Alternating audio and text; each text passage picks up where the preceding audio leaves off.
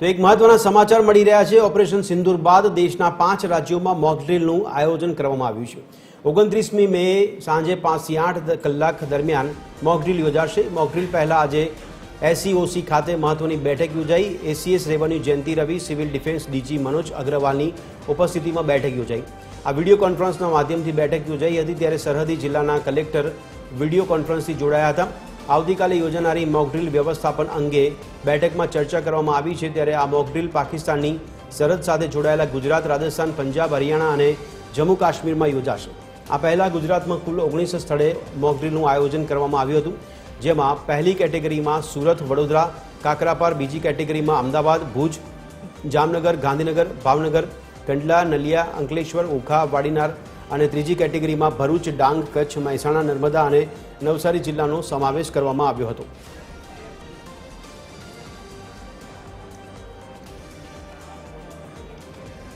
તો આજ અંગે વધુ વિગત સાથે અમારા એસોસિએટ એડિટર સોનલ અલડકટ અમારી સાથે જોડાયા છે। આ સોનલ, જણાવશો જે બેઠક કરવામાં આવી હતી, બેઠકમાં કયા કયા મુદ્દાઓની ચર્ચા કરવામાં આવી હતી અને આવતીકાલે જ્યારે મોક ડ્રીલ યોજાશે તો કયા પ્રકારના ઇનપુટ્સના આધારે આ મોક ડ્રીલનું ફરી એકવાર આયોજન કરવામાં આવી રહ્યું છે? સોનલ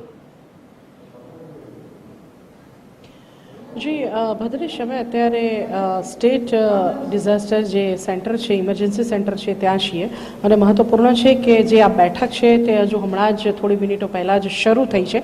એના જે દ્રશ્યો છે તે હું આપને બતાવવા માંગીશ। જોઈ શકો છો કે જે આ લાઉન્જ રૂમ છે ત્યાં જે આ બેઠક છે તે ચાલી રહી છે। એસીએસ રેવન્યુ જયંતિ રવિ અને સિવિલ ડિફેન્સ ડીજી મનોજ અગ્રવાલની ઉપસ્થિતિમાં જે આ બેઠક છે તે હાલ થોડી મિનિટો પહેલાં જ શરૂ થઈ છે। બેઠકના જે અંદરના દ્રશ્યો છે તે આપ સ્ક્રીન પર જોઈ શકો છો। વિડીયો કોન્ફરન્સના માધ્યમથી આ બેઠક થઈ રહી છે અને આ બેઠકમાં સરહદી જિલ્લાના જે કલેક્ટરો છે તે વિડીયો કોન્ફરન્સના માધ્યમથી જોડાયા છે। જોઈ શકાય છે કે જે બહાર કર્મચારીઓ છે તેઓ પણ મિટિંગ રૂમની બહાર ઉપસ્થિત છે અને ખાસ કરીને મહત્વનું છે કે સરહદી જિલ્લાના જે કલેક્ટરો છે તેઓ આ બેઠકમાં વિડીયો કોન્ફરન્સના માધ્યમથી જોડાયા છે। અને સાથે જ મહત્વપૂર્ણ છે કે અગાઉ જ્યારે ભારત અને પાકિસ્તાન વચ્ચે યુદ્ધ જેવી પરિસ્થિતિ થઈ, જોઈ શકાય છે કે જે બીએસએફના જે અધિકારી છે તેઓ પણ અહીંયા પહોંચ્યા છે।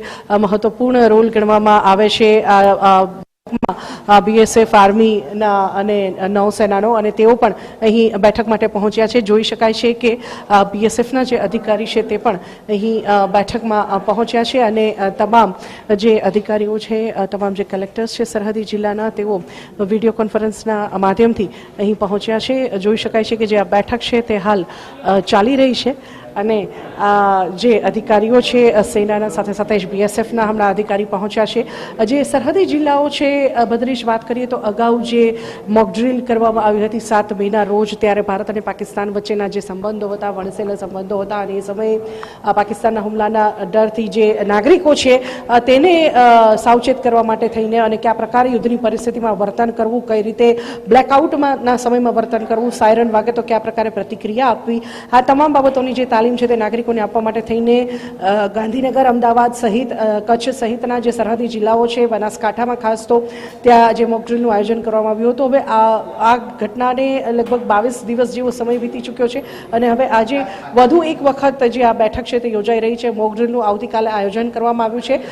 દેશના જે 5 સરહદી જિલ્લાઓ છે જેમાં ગુજરાતનો પણ સમાવેશ થાય છે, આ ઉપરાંત રાજસ્થાન, હરિયાણા, જમ્મુ કાશ્મીર અને પંજાબ, આ 4 મહત્વના જે રાજ્યો છે તેમાં પણ મોક ડ્રીલનું આયોજન કરવામાં આવ્યું છે અને સાથે સાથે જ ગુજરાતમાં પણ મોક ડ્રીલનું આયોજન છે, જે અંતર્ગત જે આ બેઠક છે તે હાલ ચાલી રહી છે। એસસીએસ જયંતિ રવિ અને સાથે સાથે જ જે ડિઝાસ્ટર સિવિલ ડિફેન્સ ડીજી છે મનોજ અગ્રવાલ, તે ખાસ આ બેઠકમાં ઉપસ્થિત છે અને કયા પ્રકારે સમગ્ર આયોજન કરવું, મોક ડ્રીલ દરમિયાન કયા પ્રકારની જે ગતિવિધિ છે તે આયોજિત કરવી, આ તમામ બાબતનો જે વ્યવસ્થાપન છે તે હાલ આ બેઠકમાં ચર્ચા કરવામાં આવી રહી છે। સરહદી જિલ્લાના જે કલેક્ટરો છે તેઓ વિડીયો કોન્ફરન્સના માધ્યમથી આ બેઠકમાં જોડાયા છે। મહત્વનું છે કે આવતીકાલે સાંજે 5 થી 8 વાગ્યા દરમિયાન જે આ મોક ડ્રીલ છે તે આયોજિત થવા જઈ રહી છે અને તે સંદર્ભમાં તમામ જે વ્યવસ્થા છે તેની આ બેઠકમાં ચર્ચા કરવામાં આવી રહી છે। બિલકુલ સોનલ, કેન્દ્ર સરકાર તરફથી કોઈ પ્રકારના દિશા નિર્દેશ કરવામાં આવે છે કે કેમ જ્યારે આ બેઠક રાજ્ય લેવલ પર થઈ રહી છે ત્યારે ગુજરાતમાં પણ જે સરહદી વિસ્તારો છે તેને લઈને આ બેઠક પૂરી થયા બાદ કોઈ પ્રકારના જાહેર હિતમાં કે જનતા માટે કોઈ દિશા સૂચન કરવામાં આવશે કે કેમ?